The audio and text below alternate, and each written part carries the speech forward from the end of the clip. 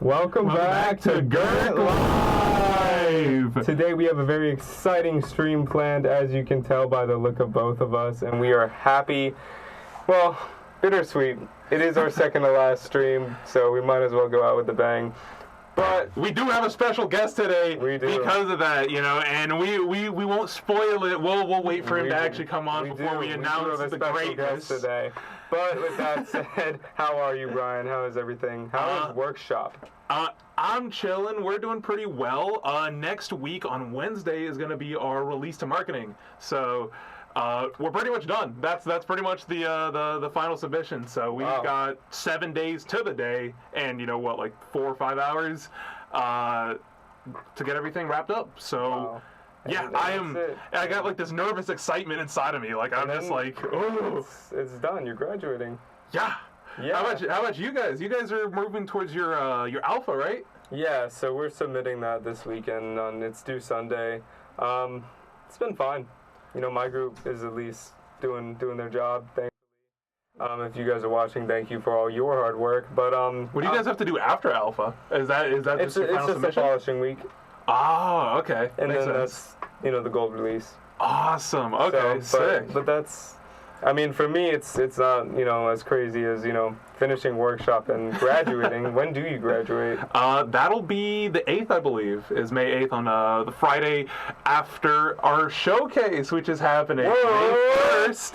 We're having our digital media showcase. Great segue. Thank you. Yes, Appreciate the alley-oop. But yeah, I'm sad to see you go, Bryan. And I'm sad to not be able to see you again. Yeah, well, I'm gonna miss the whole cast here. I've gotten real attached, real sentimental. I'm gonna miss you guys tons. But with that said, we do have a small overview ready for this stream. We're gonna be starting with, what is it, BACKDOOR?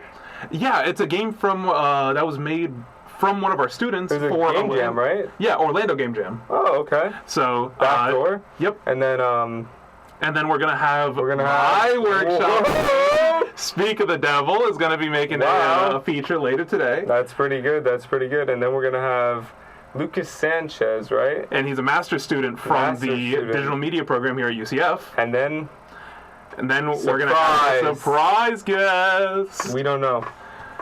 So yeah. But couple news announcements. Did that just? We're very blue now. Speaking of that, we apologize for the awkward setup today. We had some technical difficulties, and we're currently streaming out of a webcam. Yeah, so that's when we were like 20 minutes and some change late. We've been trying to figure out audio and everything like that. I could have painted my whole body green. You know what? This is true. I think we should have gone full green. I don't think we But should have committed harder. Some news. This is the last week before finals of classes, so that's a little crazy. Yeah, I was gonna say today's the last required in-person class day, right? Or no, tomorrow is. Tomorrow. Yeah. So yeah, next week on Tuesday is gonna be study day. So around UCF, I'm pretty sure there's not any classes in person. For those digital media game design students, so much for studying, more so the projects. Yeah. So that's nice, but. What else do we have coming up? We have file playtesting is on April Friday. 24th, right? Yeah, that's gonna be Friday. So. Whoa. Yep. Are you going? I will try. I'll do what I can to get there. I'm definitely interested in some of the games. They look end of the year showcase, right? April 30th for web and interactive with the keynote. So that's cool. And then May 1st for digital media games, and it's going to be workshop only games this time around since it's the spring semester. Because if anyone went to the fall semester showcase, that's usually a bit more classes combined. Your production games, your casual games, those usually all feature there. But for spring, workshop only. So I believe we have, I want to say 15 games, but we might have 16. And you're going to be there. Oh, absolutely. You'll see me there. I'll be... Make sure to show up for that. Make sure to show. I have to. Yeah, right? But with that said, we will be right back, and we'll be starting with BACKDOOR. Yeah. So we'll see you in a second.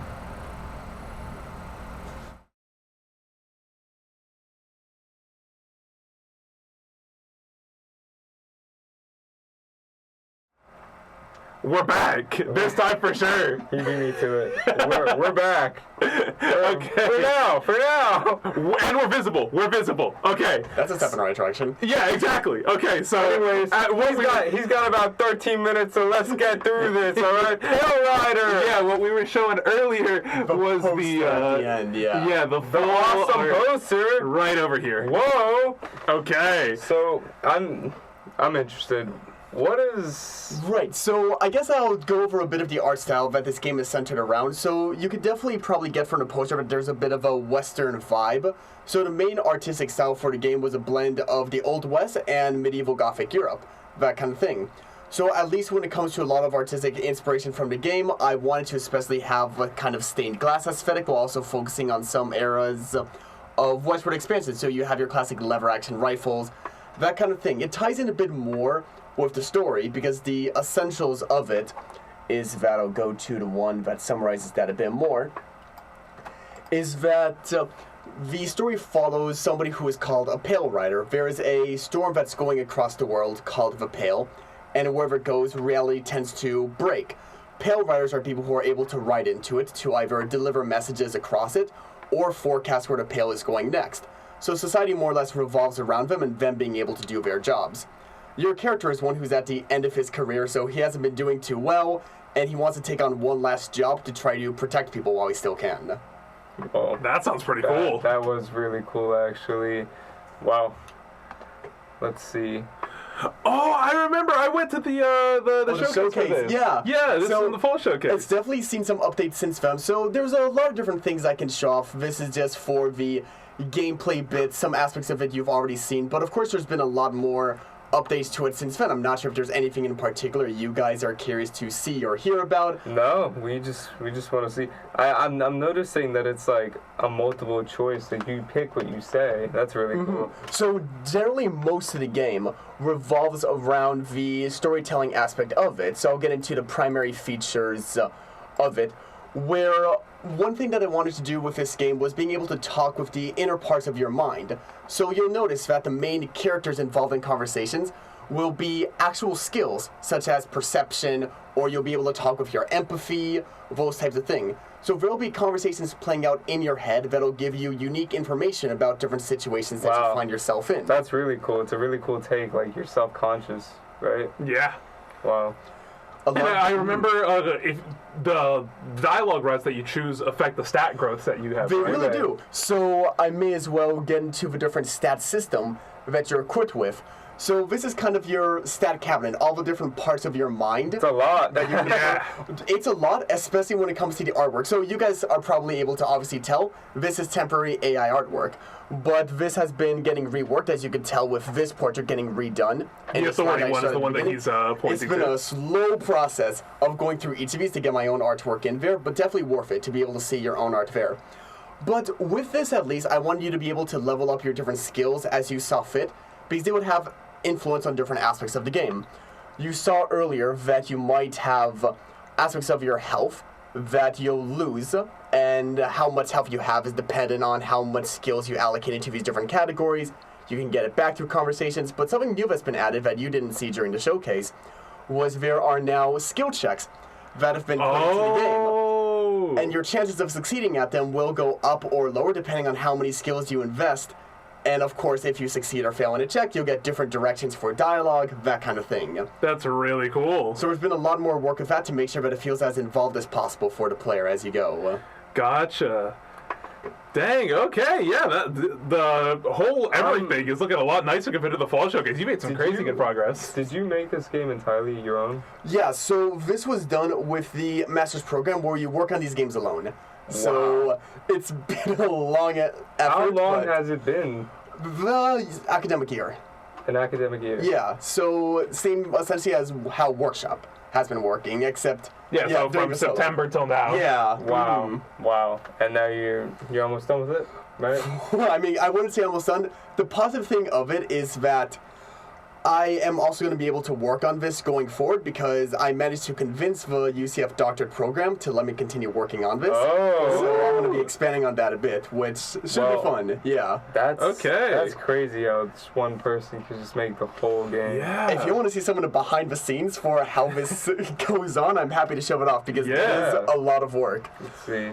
So, inventory systems, and they each have their own stats associated with them, so you can improve certain there's a stats. money system as well, I see. And you'll also notice that as you equip or unequip certain items, It changes the appearance. of course, I mean, come overall. on, you're not Yeah. going to be putting on hats, masks, clothing you can find if it.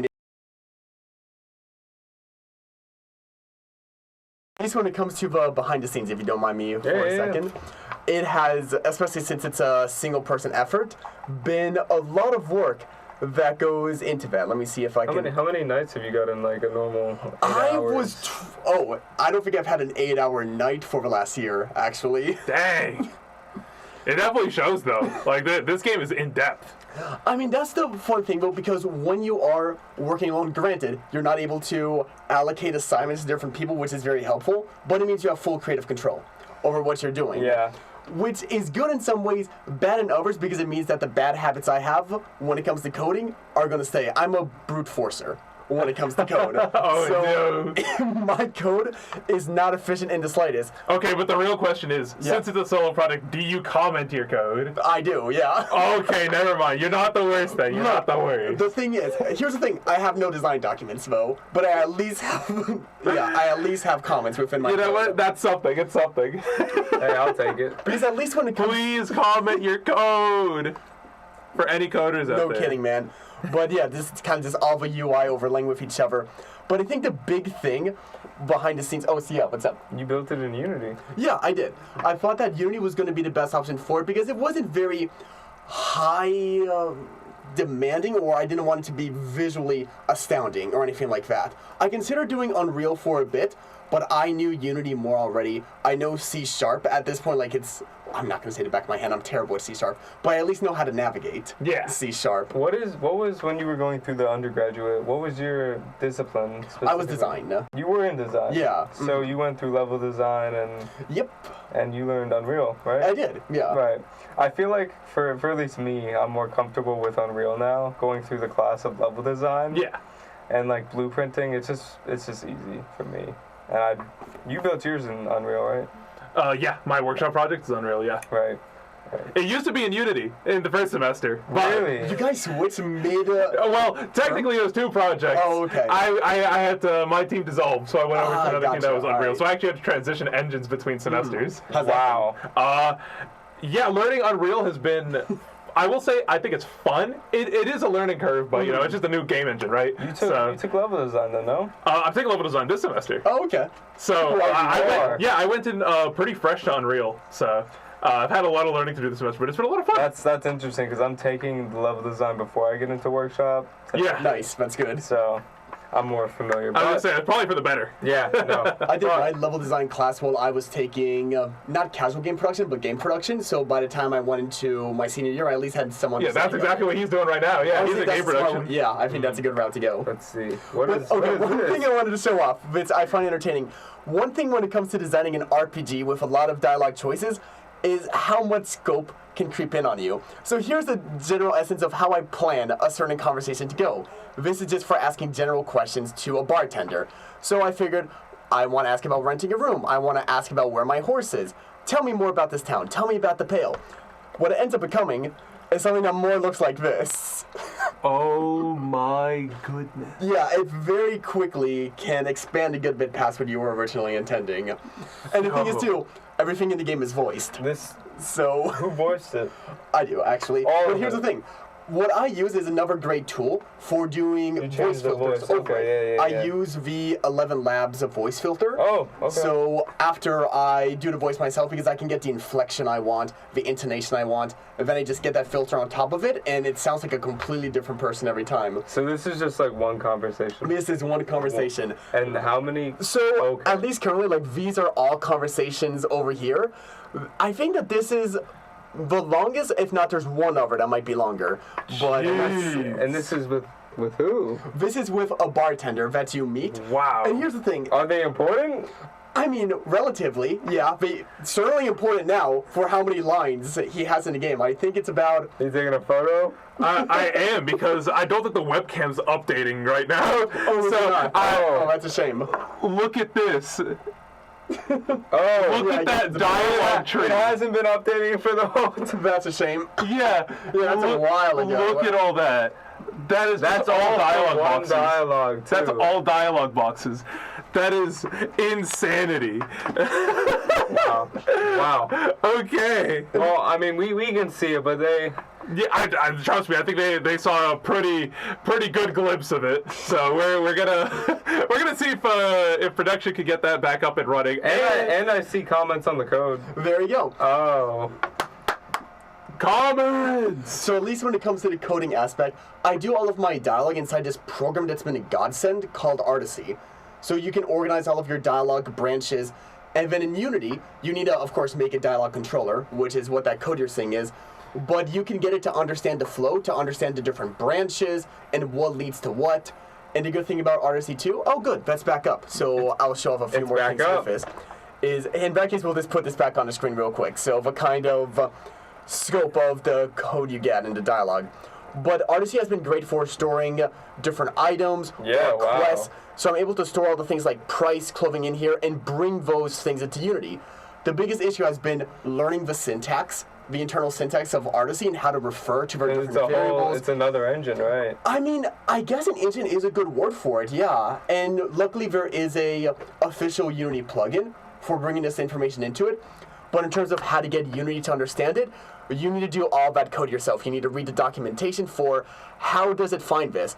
RC global variables, default, global variables, current dialogue technical name. All those kind of things you need to get it to understand to bring that into the game. Wow. But the positive of that has especially been for a save system, because you can store variables in here that, unlike many other things in Unity, persist across scenes without needing to create do not destroy objects or anything like that. So everything that's being tracked by Artisy will save across scenes, and of course if it saves across scenes, very easy to implement a safe manager. Yeah. Now, it's saving to player prefs currently, and I'm trying to get that to save to JSON. Look. It happens.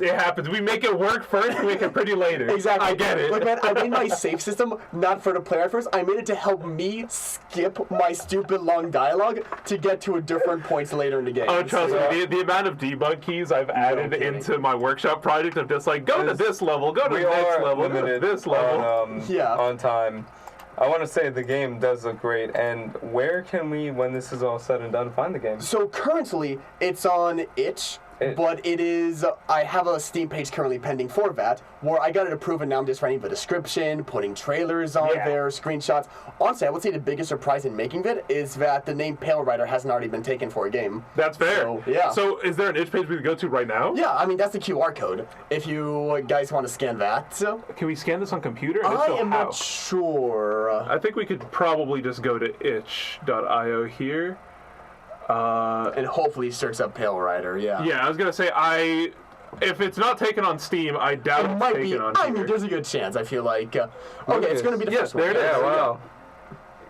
Easy. Okay. Very simple page. It's a Steam I'm putting more effort into. Very simple, but it's but you know, hey, it's a link that we can put in the description for people to check out your game right now. I mean, there's a comic too?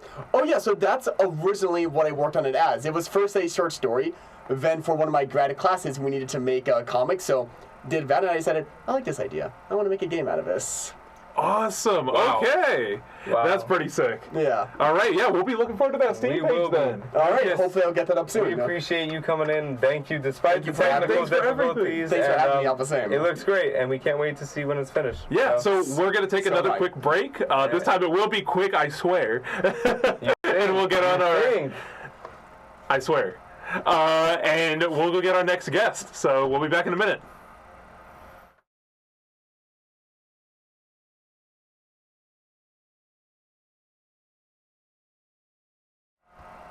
And we're back! And today we have... Hello, my name is Paul Griffin. Paul! What's up? What's up, Paul? Doing well, thank you. How are you? I'm good. Chilling. You got two things for us. Yeah, introduce yourself. Yeah. What do we got for us? So I'm primarily a technical artist. Other stuff too, 3D generalist, programmer as well. But for the past several months of the year, I was doing a lot of work for Professor Morrison on creating some curriculum material for pipelines, scripting, tooling, that sort of a thing. For some of the upper level classes. Whoa. That is sick. And I was talking to Professor Davis, and she wanted me to discuss some of that here as well. Yeah. Awesome, So what do you yeah. have for us? So right here, hopefully you're able to see, I do have a number of slides, and I don't think we're going to have time to get anywhere near through all of them, Oh, wow. Yeah, But- that's 33 of them. and plus another one. Oh. So we 50 aren't total. going to be able to cover anywhere near all of the information, but if you guys have any particular interests on things to cover, I would be very happy to do it. Yeah. So the material I have primarily covers, again, pipelines and scripting, which are two related. And where is the best camera to be looking at? Right here. Right there in the ring? there. Okay. Yeah. So there are two different main subjects, pipelines and scripting, which are not entirely one and the same, but they are closely related because you can't really have a pipeline without scripting, because it's all based in tooling, which is just any sort of automation that really improves your pipeline and everything. So of the material here, there's a number of things regarding just what pipelines are and how different studios have implemented them in the industry over the past a couple of decades. There's some stuff about all the different types of pipelines that exist and their utility, when you're going to use them, when you're not going to use them. There's stuff about how you would set them up, and more detailed like variations on general software engineering principles. There's stuff regarding more just basic scripting and programming concepts and kind of how to implement various pipeline things from there. Just lots of stuff like that. So Big technical stuff. lots of technical stuff. So if anyone falls asleep listening to this, I was going to You've say, been there's probably a very niche audience that is just eating this up right now. And so, that's what this is for. This is absolutely for those people. Hearing someone with, such an advanced, understanding of a subject is, it's always fascinating. Again, some of this, goes way over my head, but it's just, it's really cool. well, hopefully I can introduce some of it relatively well. Yeah. And of course, disclaimer, graduated from UCF last year, so I have not had a chance to work with most of these systems directly, but I did spend a number of months really going in, trying to read everything I could, interviewing a few people who did work on these systems. So I have at least enough of an understanding to hopefully communicate something useful here today. Any slides here you want us to swap over to? Yeah, so we can just get started, I suppose. Right here, I suppose, is basically just what I was just talking about. And these slides are ones that I made for post-production VFX, so there will be probably a couple of things that are not entirely suited to a podcast, but it's close enough. Or tailored to the podcast, I should say. So again, pipelines and scripting, they are not entirely the same thing, but they are closely related. Pipelines are the practices, tools, and automation studios use to make games. There are so many types of things to go on there, and we'll talk about more of that in a minute. How long do you think I have to be discussing? I think this about here? less than 15 minutes. I think we had you on for about 20 minutes total. Okay. 20, So yeah. we've gone through about 7 minutes, so we do have 13 minutes. Okay. So. Whoa. Yeah. Yeah. All right, we're going to go super fast here then. Yeah, just give us some highlights, some stuff that you've worked on, some... Yeah. So there are many types of pipelines out there. Oh my goodness. These are some of them. That's more than I can count. Sewage on my pipeline is in fingers. there as a joke. That's also maybe politics, but we'll go with it. There are so many different types, and pipelines ultimately are about getting things from point A to point B. They're about maximizing productivity and getting everyone on the same page and how they're developing things. Ultimately, that's kind of under the umbrella of a production pipeline, which is how your studio does its work. But there's one of the core parts of that, and the part we're going to focus on here mostly, is an asset pipeline. And an asset pipeline can be further broken down into three different kind of sub-pipelines. Authoring, which is how you create your assets, and the pipeline there would be how do you get your assets from, say, Maya to Substance Painter, from ZBrush to Blender, that sort of a thing. Authoring is any sort of asset creation, and the more time you can save there by automating menial tasks, the better you'll have it. Interchange is something that's often thought of when you hear the word pipeline. That's probably the thing that comes to mind the most. That's how you get assets from the authoring stage into the engine. So that's like the file formats? Right. So whenever you're exporting as an FBX or as a USD or as a GLTF, all that sort of a thing, that would ultimately be a subset of interchange. And ultimately, interchange is incredibly tedious. It's something nobody wants to do. There's almost no intent in it. So that would make a lot of money for someone to do the job that no one else Well, you don't want to do. anyone to do the job. That's the point. You want to automate that as much as possible. Hit a button, computer thinks for a while, it's done. Right? Nice and easy. Nice and easy. You don't want to have to say, okay, I'm selecting this, I'm selecting this, I'm selecting this. Export, make sure all your settings are right every single time. Does interchange optimization involve making one file type like really good? Like, I know that with images and art, like JPEG versus PNG, like they have their pros and cons. Would that fall into like interchange optimization, like making sure one file type can kind of do everything and kind of maintain its quality between different formats? Absolutely, absolutely. Some studios, again, the ones with more resources, will invest a lot of time and energy into creating their own formats from scratch. So, for example, I know that Santa Monica, I believe, had a format called X3D, which they're a Maya-centered studio, so they had their own custom format to allow them to do level design inside of Maya before bringing it over to their engine and getting everything in there. But that file format had issues, so they've kind of moved over to something they had called SM Schema, which was an intermediate thing, before finally switching over to USD. And USD is called that because it stands for Universal Scene Description. It's a format popularized by Pixar a number of years ago. It's been getting increasingly popular because it solves a lot of problems that you'd have with an FBX, all that sort of thing. Awesome. Yeah.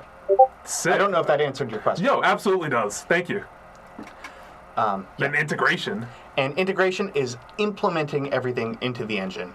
And that's its own can of worms entirely, right? Every engine is going to have very different requirements. Every project is going to have different requirements. And that's the case with everything. You can't have a one-size-fits-all pipeline.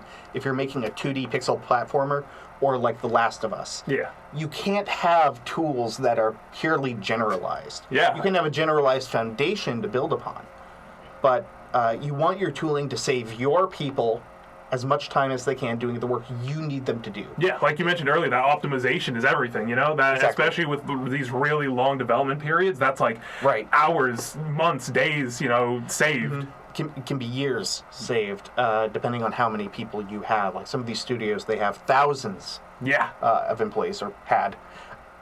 And when you're communicating that much data across multiple offices around the world, just like something taking an extra second to download, multiply that by 1,000 people. Yeah. Multiply that by 2 times a day, or 3 times a day, or 4 times a day. Start getting real big numbers. You can spend billions of dollars just like transmitting all this data. So every bit of optimization you can do really, really helps, especially when you get to that bigger end of things. Let's see. So we talked a fair bit about authoring here, and again, I'm skipping through this because we don't have a ton of time. The compatibility with interchange is absolutely key, because like you said, we need to avoid data loss. There are many file formats out there that not only are lossy, but maybe non-deterministic. Every time you read them or open them or save them, maybe there's a byte here that isn't quite the same, and that makes it hard to tell when something's been updated, when it hasn't been, and that can add up when you have lots of employees. You have a lot of information on this. Is this from research or experience in the field? Have you been... Both. Okay. So a lot of this is research either from GDC Talks. Plenty of this is on there, and I can send you a list of resources as well if you like. A lot of this is just you run into this stuff on the ground. And you've been... Every time you export something from Substance Painter, you're dealing with this. Right. So you've been in the studio environment before too? Yeah. Usually in smaller ones, but yes. Like indie work? Indie work, subcontractor work, Nice. that sort of thing. Okay, and what are some of the things that you've experienced in those situations that you've learned, most of this from? Yeah. So, again, the needs of a small team are very, very different from the needs of a larger team. And, okay, so here's an example. In a smaller team, and something that you probably experienced a lot at UCF is, I need an asset done. Someone works on it on their computer, and they Discord or email you an FBX at the end of it, and it's up to somebody else stick it into the engine, and who knows where the original file was? Maybe their computer got wiped. You don't have access to it anymore. Mm-hmm. Something that a lot of places will do, and I highly recommend this, even for a project of the workshop scale, is having an asset repository. So in addition to a version control repository like Git for your actual project, be it Unity or Unreal, having a separate repository for all of your source data, all of your Blender files, all of your Maya files, all of your ZBrush files as well, so that everyone can be working on that stuff simultaneously, even if it's a Google Drive. And Google Drive is the best. That's actually a pretty good idea. I didn't even think about that. Yeah. Having having a place to store all the files that aren't, U assets for Unity, right, or Unity files. Exactly. That actually, that sounds like a really good idea. So, that's something I'm going to be implementing going forward. Especially if the original person leaves the project, and they made a chair, and you need to make the chair blue now. You can't do it. They took the file with them. Yeah, that's a fair point. I think for my production game, we actually have that. Yeah. Dang, that is good. Yeah, I was gonna say very good. As far as I know, at least, pretty sure my team, all the art assets are just saved on their own computers, except for stuff that's been sent in for marketing purposes. Yeah. I'm ahead of you, Lunk. Yeah, looks like it. Anyways. Yeah. Tedium is the enemy. At all points, at all times. Again, these little time wastes really, really add up. I had a number of slides here about version control, and I do not think we have time to really get into that too much. But the long and short of it is, use it, please. If you're an artist, if you're a programmer, if you're a designer, it doesn't matter. Version control is your friend. It is not your enemy. Version control is an undo button for your file system. Imagine using your program of choice, using Photoshop, using Blender, using Maya, without being able to hit undo at any point. It's miserable. It's an undo button for your project. Use it. Use it. Please use it for your own sake. Yeah, it is really good. I will say that Git knowledge and Git proficiency gets you really far in this course, because there's a lot of people who don't really understand, how to pull from main, how to resolve merge conflict, stuff like that. Right. So using it over and over again, I think, is great for anyone going into anything game design related, or even anything that's just related to, anything that's these big file projects, right? Because like you said, for programming and stuff too, these repositories and version control is just super duper big. Absolutely. I'm getting the oh my Git flashbacks. Yeah. Being able to solve problems in your version control system, again, is super important, because like you said, a lot of people aren't as experienced in it. And if you don't know how to solve a Git problem, you are forcing someone else on your team to spend time to solve your problem. You are costing additional time, money, whatever, from your studio. That, if you're like, oh, but I don't know how to do that, learn how to do it. Learn how it works. Learn how to solve those problems. Even the basic ones. If something's really weird and convoluted, and you've got a headless thing in a branch that was automatically garbage collected 3 months ago and everything's missing, that's fine. You can get someone else to help you with that. But if it's just I have a merge conflict, I'm now paralyzed, learn how to overcome that, please. For the sake of yourself, for the sake of everyone on your team, and for the sake of the health of your project. And of course, a lot of using version control comes down to avoiding those issues in the first place. Yep. Good practices. Git and Perforce are two of the most common version control systems. If you're here at UCF, you've probably been using Git most of the time. Yeah. It's free and open source. There can be costs with hosting it on GitHub, for example. Especially for Unreal projects that are real chunky. Yeah. Oh, they are. Perforce is another alternative. It's a lot more expensive, but it has some advantages and disadvantages compared to Git. Git is what's called a distributed version control system. So every single person's computer has its own copy of the project entirely. And everyone's doing their own thing. And you try to sync that up, but you'll sync it up and you get a conflict. Yeah, That's a merge conflict, right? I have one today. Yeah. Oh my god. It happens to everybody. It's okay.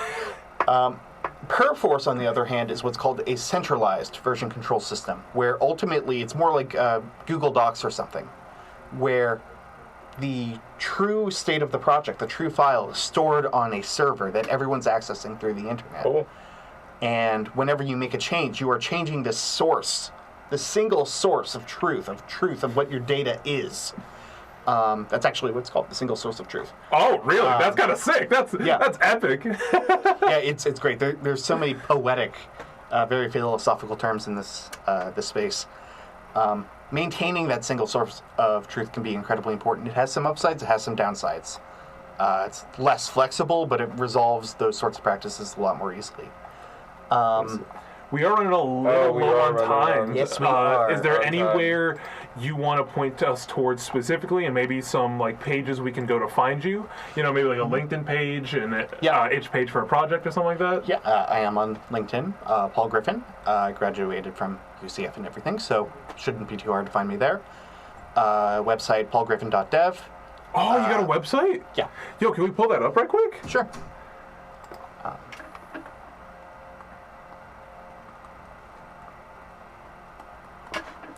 Pull that up. Whoa. One of those Hey, images takes there a we little longer to go. load, but yeah. Oh, you worked on When the Crow Sings. Yeah, I was the technical lead and main programmer on that. Oh, okay. And also managed the Git repository for the most part. Awesome, man. There's a particular Git workflow called the Benevolent Dictator. Yeah. Again, that's the actual name, where you just have like the one person who reviews every single pull request. Also learn pull requests, please.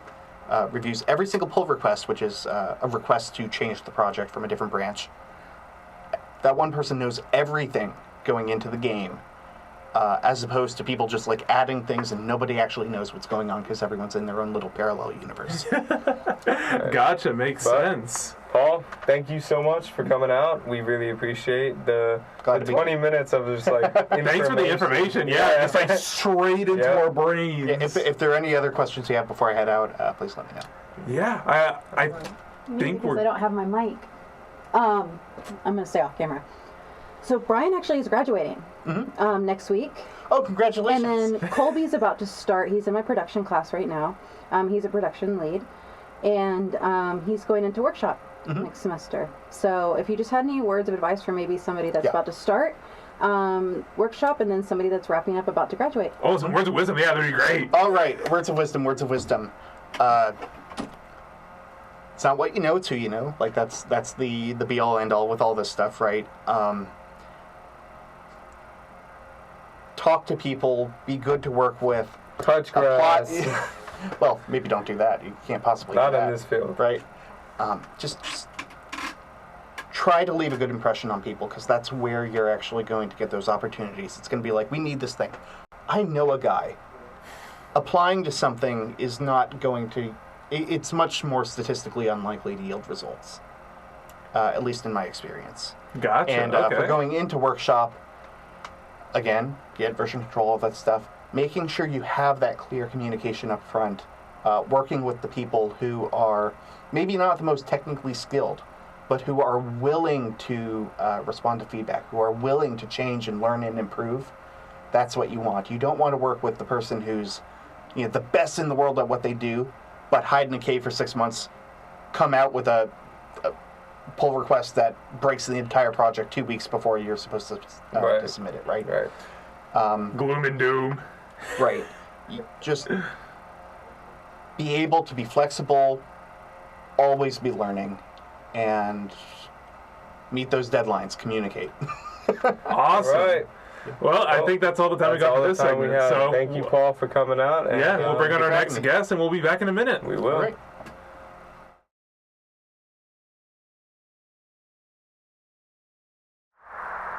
And we're back. And we got Andreas here. You want to introduce yourself? Hi, my name's Andreas. I'm an aspiring game developer.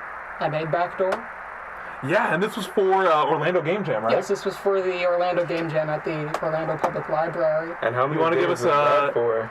That was like, I want to say it was maybe like 4-ish, or like, it was 3, but I only remember working for like 2 of those days. Oh, gotcha. Was there God. was there like a theme or an objective for this one, or were they The just? theme was collection.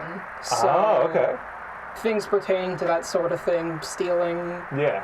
collectathon type Well. things. It's the sort of thing that people submitted. What role did you play for this, or did you solo develop this game? I was the sole developer for this Really? game, so- Okay. Oh my goodness. Except for the music. Wait. I had a buddy of mine. Was this in Unreal? Oh, it's He's out there sick. somewhere. No, Looks this like is Unity. Unity. Yeah, I was This gonna is say, it in looks like Unity. I'm like transitioning to Unreal. I was gonna say, you can tell from the art style and the lighting, usually, whether something is in Unity It or looks Unreal. kind of Unreal with Yeah, that shadow.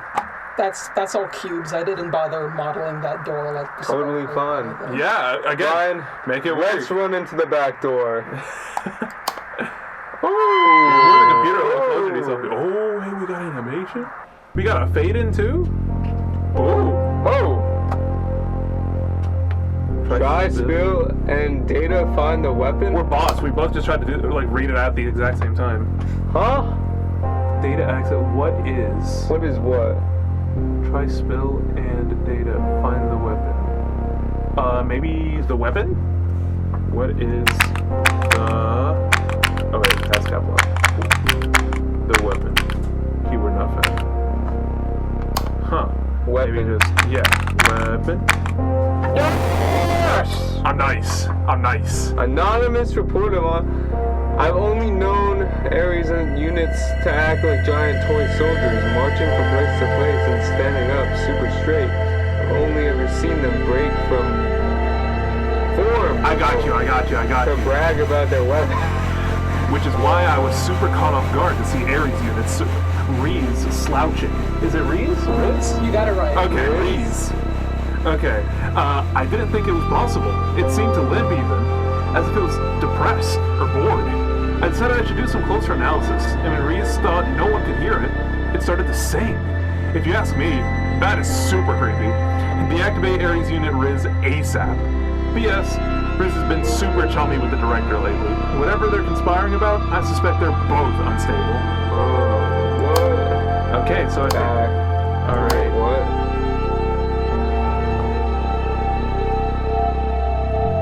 Okay. Wait, what if the slouching word... Hold up. Slouching. No! Hold on. Spill. Oh. Alright, Spill Laboratories, or just Spill for short, Strange Phenomena Investigation and Leveraging Labs is a science and innovation-focused branch of the Primeta Corporation, dedicated to research of the unusual and unexplained. And if I butcher any of the pronunciations, feel free to step in and correct Oh me. no, it's fine. You're doing great. Cool. In 2175, Spill's primary directive was to develop bespoke arms and equipment to be utilized by Primeta's cybernetics leveraging drone program. As of 2190, the program and Spill operations have been terminated. Dang, it only lasted for 15 years? That's not a very good weapon program. What if, watch this. Drone. Ooh, okay. You're on the board. Drones are an experimental technology invented by the Primeta that allows for remote monitoring of an individual using a neural implant called the mind tether for the purpose of enhancing work performance. Dude, can I get one of those? I think we can all use that. Drones are controlled by a way of crude mind control, which mitigates free will using an apathy-inducing drug. Additionally, the mind tether can be used to relay instructions to workers or facilitate punishment in the form of loud and bit. Drones tend to be affixed with permanent enhancements to their body structure. Newer generations of drone are composed of less organics than earlier ones, but the brain is never directly modified or replaced. Previous attempts to do so have resulted in brain death. Oh, okay, so these drones are still organic. They're not fully mechanical like I thought. Okay. I'm guessing these highlighted words are probably something. So let's try crude mind control. Crude mind control. I put 2 N's. Okay. Mind control, mind tether, hive minds. The original intention of the mind tether was true mind control, the ability to directly influence the vessel's mental state and elicit a desired action without friction. Methods to override the bodily functions in favor of direct control by the attendant or machine were found and employed, but the functions of the human brain are too complex to be replicated without the death of a vessel. Okay. A more achievable alternative is found in crude mind control, where the mind can be, Brian, what's that word? Coerced? Coerced, yes. Yes. Into desirable actions with rewards, punishment, and the silencing of free will by the use of drugs and conditioning. That does not sound very pleasant. I don't want it. True mind control as Vask Scathe? Yes. desires. It is a work of magic and fantasy. I wonder if we can search up that name. Vask Scathe? VASKSC. Are we on the right track? Yeah, you're doing good. Okay, Vask Scathe. Ooh. Okay. Spill. Valued spill employee, not as Ooh. any spill employee. It has come to my attention that the stunt pulled 2 days ago was not solely the responsibility of your former director, nor was it merely the random chance that he and his cohort attempted treason. The real origin of the incident can be traced back to a power surge 2 months ago, after which treasonous Dr. Reyna began to submit increased requests of resources to our own office. Knowing that he had planned as far back 2 months ago to betray us, we cannot assume our facilities are free of traitors loyal to that gold digger's cause. Wow. Whoa. Effective immediately, all employees at Spill Laboratories are terminated. Don't bother clearing your desk. Ares units will be dispatched shortly to deal with you. Wait, deal with you? That ain't the desks. That's a little. We have treasonous, and gold digger. Yeah, we also have Dr. Renea. I think we should try, or Renaya, however that's pronounced. Renaya, okay. So let's try Dr. Renaya. Let's see, okay, Dr. Renaya. Dang. Maybe just that? Or try something. Get rid of Doctor, maybe? Aryan. AYA. Okay, there we go. So the Cly Renaya research report. I've discovered something that I am unsure will excite my colleagues and superiors alike. Yesterday we ran some tests on what looks like a kind of podium made out of black marble inlaid with gold. A newly translated ancient tomb described it as an altar. And following the book's instructions, we succeeded in turning a clay pot into solid gold. Wow. We got alchemy over here, okay. This was at the cost of the altar, as the electric shock meant to mimic a lightning strike ended up cracking the altar in half. Regardless, this has proven beyond a shadow of doubt that strange phenomenon isn't just conspiracies and urban legends. If I may be so bold, I'd say we discovered a back door into the code of reality. The possibilities of these tombs are endless. We could move material with our minds, commune with the dead, and travel the stars. All right, looks like our next keyword is going to be strange phenomena.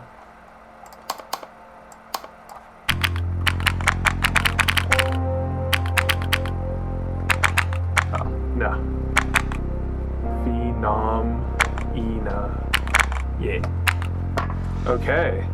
Strange phenomenon refers to Alchemy! Oh, sorry for skipping ahead. Alchemy! Mention! I'm in niche here. functions and possibilities within our reality that struggle to be explained or proven through the mind of physics. Such phenomena include, but are not limited to, mind control, hive minds, telepathy, identity erasure, alchemy, reanimation, and immortality. Strange phenomena is but a subset of Spill's research and is one of the struggles to bear fruit. Okay. I was gonna say let's try alchemy. No bias.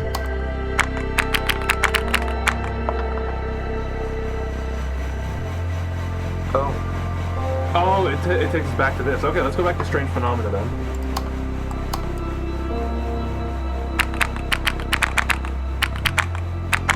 I don't know how long this is gonna take for us, but you know a cheat code to get to the end of this if our time starts running short. It is running short. We have 20 minutes.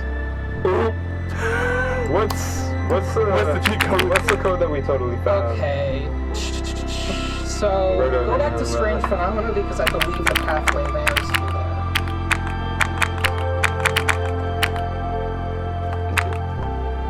Hit shift on accident. Reanimation. Immortality? Okay. Go for telepathy, I Okay.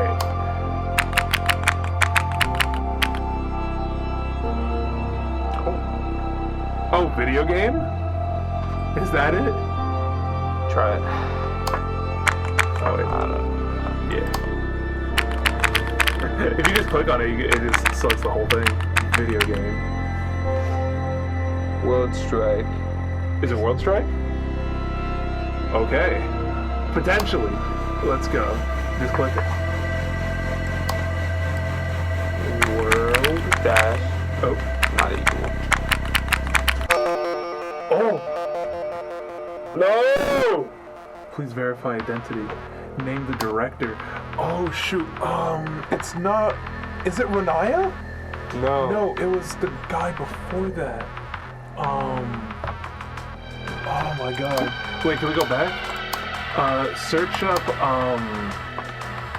Spill, I think? We're getting laughed at. Drone. Yeah.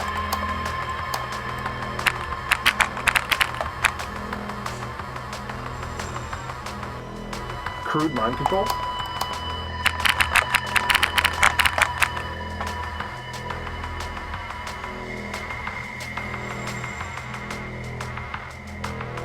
Vast Skate.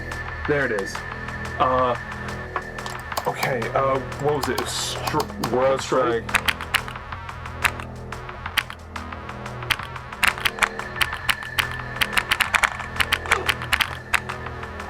Okay, Vast Skate. Yeah. Is that it? Yeah. How you spell it? Yeah. It's not there. taking Who's the it. other guy? It was Renaya? Okay, what is it? Khai space Remaya. Just try his last name. It's Clyde. Oh, it's Clyde. Okay, Okay, so it's yeah. over. Okay. Klai. Renaya. Create an amalgamation. You're not gonna know this one because you skipped this bit. Write K's. Kaes. What we got? Is that Bass? The CEO. Okay, Bass. What is it? Vask Skate. VASKSCA. Yeah. Weapon? The weapon? Yeah. Weapon. Weapon.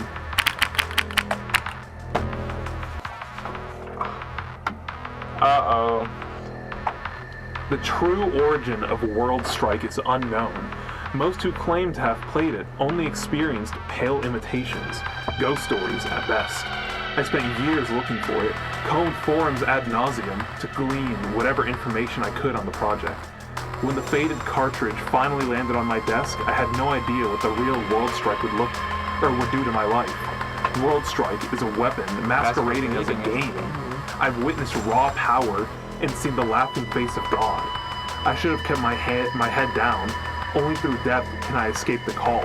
But I owe it to everyone I've hurt to slay the usurper god and destroy the back door. Attached to this message are the files. I hope we never have to use this, but if we need to fight fire with fire, then so be it. And that is the entire thing. Well, most of it. Oh, that's so sick. That was I actually really love good. that. That was really That's good. a really cool narrative. I'm sorry we had to cut that short. Bryan, but, we became a detective in like 10, 15 minutes. we're good at what we do. That was really cool, though. What was your inspiration for the game, if you've got one? My inspirations were kind of in the ballpark of like Portal, if you've ever played Portal, and like Signalis is like an indie survival horror game, and also like kind of in the ballpark of like Arcane with the sort of like magic gone awry sort of things. Yeah.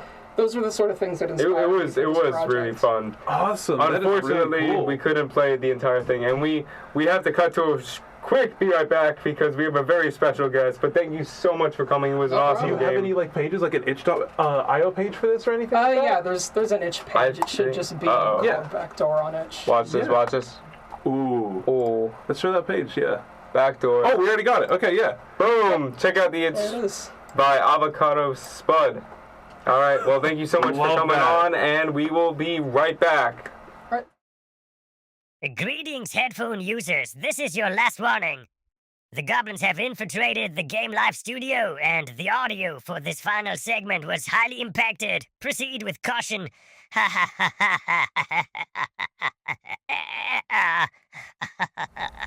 Welcome back to Gurts Live! And today, we're slaying the beast. Well, we got a whole team assembled because we are finally taking down Gurt.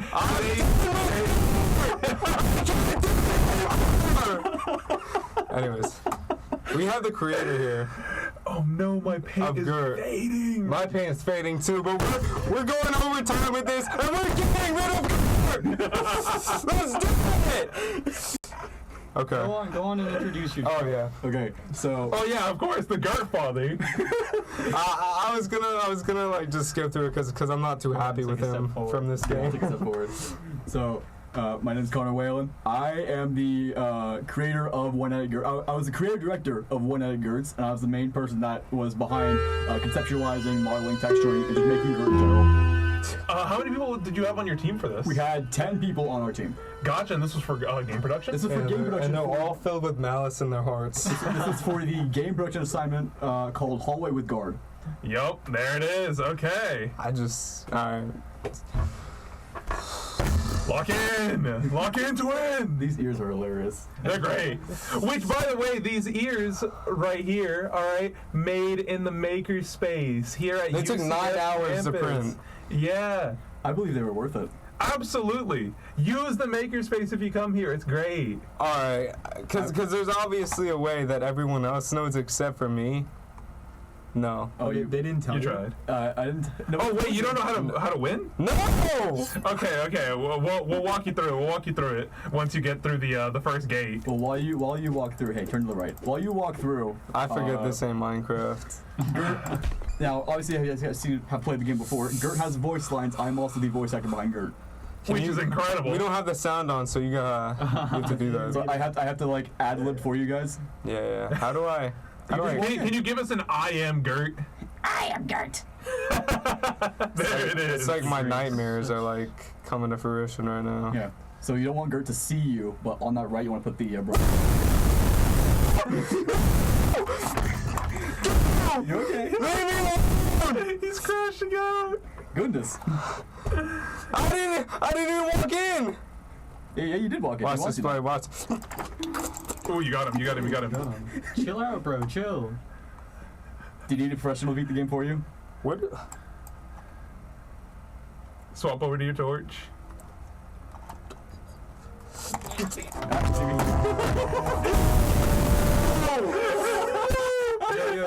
Swap with Bryan. Let's do like. My goodness. Let's do turns. Yeah.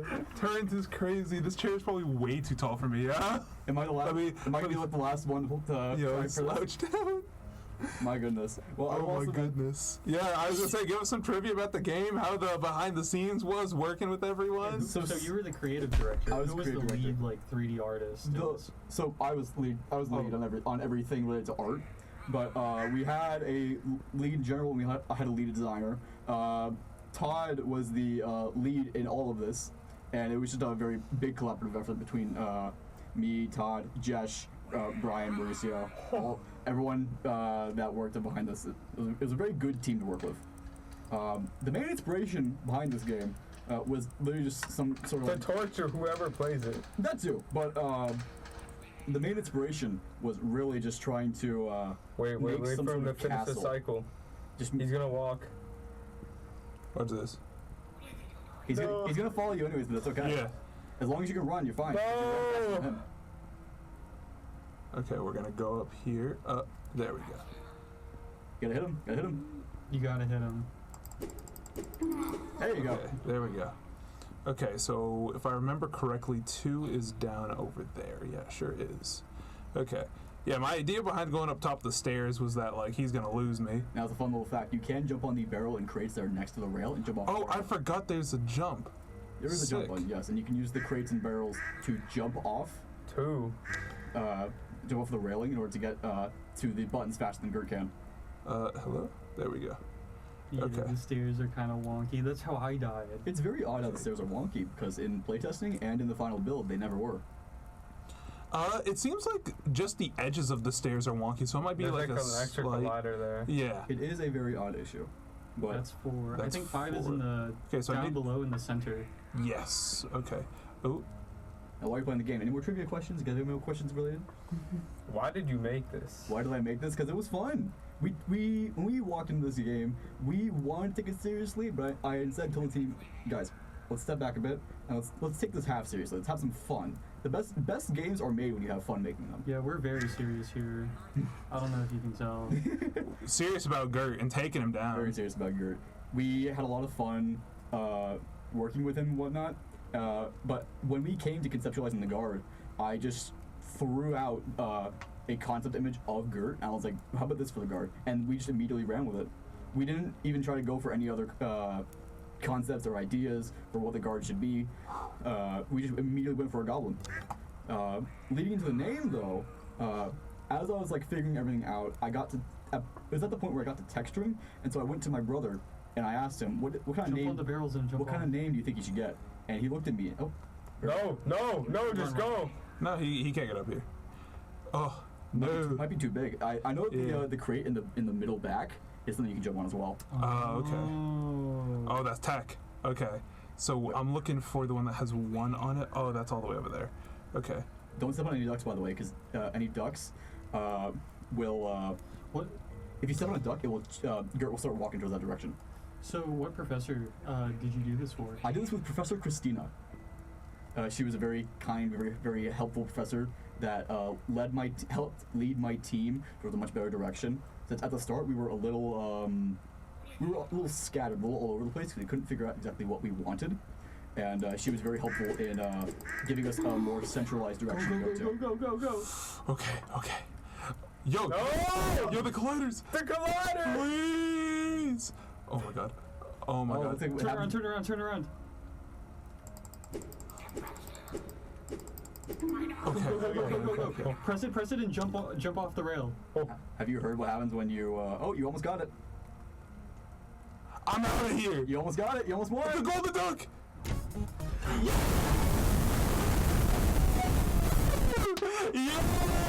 Congratulations! That's my question. I was so lost. Why ducks? Why ducks? So we wanted to preserve a bit of UCF for the fun of it, because the first assignment that we were given was to make a retro-style game that was that had some sort of UCF inspiration behind it. And so walking into this game, we thought, well, let's put a little more UCF inspiration behind it. So we just kept the ducks in. Awesome! Like the Spirit Splash ducks. That's sick. And so that's why we use it as like a trap to lure Gurt towards an area. You know what? No, hold on. I'm screenshotting this. Where's print screen? There we go. That windscreen and the lure screen that you've seen very many times, I also worked on myself. In this credits, that's Oh my god, that's you! That's everyone that worked on the That's game. you! And as a fun little backstory to that image right there, were you guys here in the morning when they were testing the fire drill? Yes. I know you were. I was there. Not I was in level design. So it was early in the morning. They tested the fire drill and forced everyone out of the building. And we were all just standing there confused on what to do. And so I took a group photo of everybody that worked on the team. Oh, that's sick. Now, if you look at the top left corner, somebody photoshopped Gurden. Yes. What do you mean? He was always there. Nice. He's Part of the team. Photoshop? Always there to begin with. Photoshop? I thought that was real. Oh. that one. What the heck that And that was Gurts. Gurt. That was Gurt. He's done. He can be the next the next live stream group. He can be their problem. Oh yeah. Well, I was gonna say I'll now. make sure it is their problem. I'll make sure it is. I was gonna say this is a great And note to one sign night at off Gurts, He's on. gonna make 2 nights at Gurts. Yo, sequel. I'll bring the team back over the summer. We'll make two nights of Gurts. Yeah, no, I don't want to be playing that. I'll make you play it. I'll make you play But it. I mean, we are all here. Is everyone? We got one more person who's got to sign in here. Oh, I gotta squeeze in over here then. Yeah, I was gonna say, let me Get together.